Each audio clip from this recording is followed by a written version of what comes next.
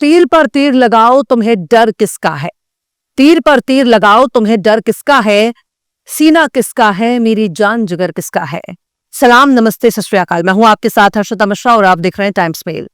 पूरी दुनिया में गजा एक ऐसा जख्म बन चुका है जिस पर मरहम लगाने के बड़े बड़े दावे किए जाते हैं, लेकिन दावे और हकीकत में काफी ज्यादा फर्क नजर आ रहा है।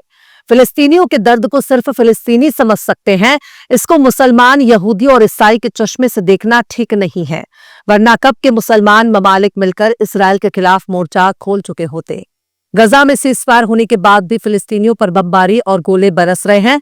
इन फिलिस्तीनियों की मदद के लिए कौन सामने आ रहा है? फिलिस्तीनियों के जख्म को केवल फिलिस्तीनी ही भर सकते हैं। ऐसे में फिलिस्तीनियों की मिलिट्री विंग के फिलिस्तीनी लड़ाकों के बारे में जो खबर इजराइल के भीतर से सामने आ रही है वो वाकई बहुत हैरान करने वाली है। जो इजराइल अपनी ताकत और हथियारों के दम पर गजा में फिलिस्तीनियों का कत्लेआम कर रहा है, वेस्ट बैंक में फिलिस्तीनियों का कत्ल कर रहा है, फिलिस्तीन के हर इलाके में कत्लो गारत कर रहा है, वही इजराइल इतना कमजोर कैसे हो सकता है कि उसके 1 लाख से ज्यादा फौजी फिलिस्तीनियों के दर्द से करहा रहे हैं। इजराइल के लिए ये निहायत शर्म की बात है। इसके साथ जर्मनी खड़ा है, फ्रांस खड़ा है, इटली खड़ा है, पूरा यूरोप इजराइल के पीछे लाइन लगाकर खड़ा है और सबसे बढ़कर खुद परम प्रतापी विश्वगुरु अमेरिका खड़ा है। ऐसे भी लोग इजराइल के साथ खड़े हैं जो फिलिस्तीनियों के साथ हमदर्दी का इजहार भी करते हैं और दूसरी तरफ फिलिस्तीनियों के खिलाफ इजराइल को हथियारों से मदद भी करते हैं। इतने लोगों के साथ खड़े होने के बावजूद भी इजराइल के फौजी लूले, लंगड़े, अपाहिज और पागल हो चुके हैं कि उनकी तादाद 1 लाख से ज्यादा हो चुकी है, जिनका इलाज कराना ही इजराइल की मुसीबत बन चुका है। और यही वजह है कि इजराइल में हरेदियों का एक बड़ा तबका इजरायली फौज में जाने से कांप रहा है, प्रोटेस्ट कर रहा है, धरना दे रहा है और फौज में जाने से साफ साफ इनकार कर रहा है। चाहे वो जेल ही क्यों ना चला जाए, पर फौज में नहीं जाएगा। इजराइल कितना ताकतवर है इसका अंदाजा उसकी डिफेंस मिनिस्ट्री की एक रिपोर्ट से लग जाता है। और ये भी पता चल रहा है कि इजराइल के बहादुर फौजी असल में कितने बहादुर हैं। ये रिपोर्ट पढ़ने के बाद मालूम हो जाएगा। इजरायली अखबार जेरूसलम पोस्ट ने इजराइल के डिफेंस मिनिस्ट्री के हवाले से सोमवार 8 दिसंबर 2025 को एक खबर शाया की है। डिफेंस मिनिस्ट्री की डेटा से पता चला है कि 82,400 मर्द और खवातीन अपना इलाज करवा रहे हैं, जिनमें 31,000 ऐसे लोग शामिल हैं जो जहनी बीमारियों का सामना कर रहे हैं। डिफेंस मिनिस्ट्री ने कहा है कि इनमें से 22,000 वे हैं जो 7 अक्टूबर 2023 के हमास हमले के बाद बीमार हुए। नए लोगों में 58% जहनी बीमारियों का इलाज करवा रहे हैं। डिफेंस मिनिस्ट्री को हर महीने तकरीबन 1500 नई अर्जियां जहनी बीमार लोगों के इलाज के लिए आ रही हैं। डेटे के मुताबिक 2028 तक रिहैबिलिटेशन डिपार्टमेंट को तकरीबन 1 लाख जख्मी लोगों का इलाज करना होगा, जिनमें तकरीबन आधे जहनी तौर पर बीमार हैं। जख्मी फौजियों और पुराने फौजियों की बढ़ती तादाद को देखते हुए डिफेंस मिनिस्ट्री और फाइनेंस मिनिस्ट्री ने मिलकर एक मुश्तरका कमेटी बनाई है। ये कमेटी देखेगी कि जख्मियों को दी जाने वाली मदद, सहारा, इलाज कैसे और आगे बढ़ाया जाए। डिफेंस मिनिस्ट्री ने कंफर्म किया है कि जख्मियों को बेहतर मदद के लिए रिहैबिलिटेशन डिवीजन अपने इलाज और मेंटल हेल्थ से जुड़ी सर्विसेज को बढ़ा रहा है, यानी इनमें और इजाफा कर रहा है। इसके तहत रिहैबिलिटेशन डिवीजन का बजट 53% से बढ़ाकर 8.3 अरब शेकल किया जाएगा। इस पूरे बजट में तकरीबन आधा पैसा उन मरीजों पर खर्च किया जाएगा जो मेंटल हेल्थ की दिक्कतों से जूझ रहे हैं। यानी अगर इजराइल के जख्मी होने वाले फौजियों में आधी तादाद जहनी तौर पर बीमार फौजियों की है, तो ये सवाल उठता है कि इजरायली आखिर कितने बुज़दिल हैं। वे निहत्ते फिलिस्तीनियों को निशाना भी बनाते हैं और उन पर बमबारी भी करते हैं, उनका कत्ल भी कर रहे हैं, उनकी आबरू रेजी भी कर रहे हैं, उनकी किडनैपिंग भी कर रहे हैं, उनके जिस्म के टुकड़े टुकड़े करते हैं, उन्हें गैर कानूनी तौर पर जेलों में कैद रखते हैं। इसके बावजूद भी उन्हें ज़हनी तौर पर सुकून नहीं मिल रहा, उल्टा वो ज़हनी तौर पर बीमार होते जा रहे हैं। इसके पीछे भी एक बड़ी वजह हो सकती है।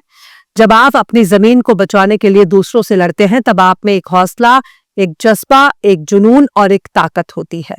लेकिन जब आप दूसरों की जमीन छीनने के लिए लड़ रहे हो, तो मन में कहीं ना कहीं ये कसक जरूर रहती है कि यार, जमीन तो असल में इन्हीं लोगों की है जिन्हें हम मार रहे हैं। असली मालिक तो यही लोग हैं जिन्हें उनके घर मकानों से निकाला जा रहा है, उनका कत्ल किया जा रहा है। इतना बड़ा मन पर बोझ लेकर इजराइल के फौजी कैसे जिंदा रह सकते हैं? लिहाजा वो जहनी तौर पर बीमार और बहुत ज्यादा बीमार नजर आ रहे हैं। डिफेंस मिनिस्ट्री का कहना है कि जहनी परेशानियों को बाज़ाब्ता तौर पर तस्लीम करने वाले फौजियों और पुराने फौजियों की तादाद बढ़ाने के साथ ही दूसरे तरह के इलाज लेने वालों की तादाद भी तकरीबन 50% बढ़ी है। इसके अलावा हेल्पलाइन पर आने वाली कॉल में तकरीबन 80% इजाफा हुआ है। दरअसल इजराइल में एक मेंटल हेल्पलाइन भी बनाई गई है, जहां जहनी डिप्रेशन से बीमार लोग कॉल करके अपने हालात बयान करते हैं। इसके बाद उन्हें बेहतर इलाज के लिए मदद दी जाती है। जेरूशलम पोस्ट बता रहा है कि हमास और इजराइल जंग होने के बाद चौथाई से ज्यादा लोग जख्मी हैं। डिफेंस मिनिस्ट्री ने रिहैबिलिटेशन डिवीजन में इलाज करा रहे जख्मियों के आंकड़े जारी किए, जिसके मुताबिक 82,400 जख्मियों में से 9% औरतें हैं। 26% लोग इजराइल हमास जंग शुरू होने के बाद जख्मी हुए। इसके अलावा 49% लोग अपने रेगुलर मिलिट्री सर्विस के दौरान जख्मी हुए थे, जबकि 26% लोग रिजर्व ड्यूटी पर थे जब उन्हें चोट लगी।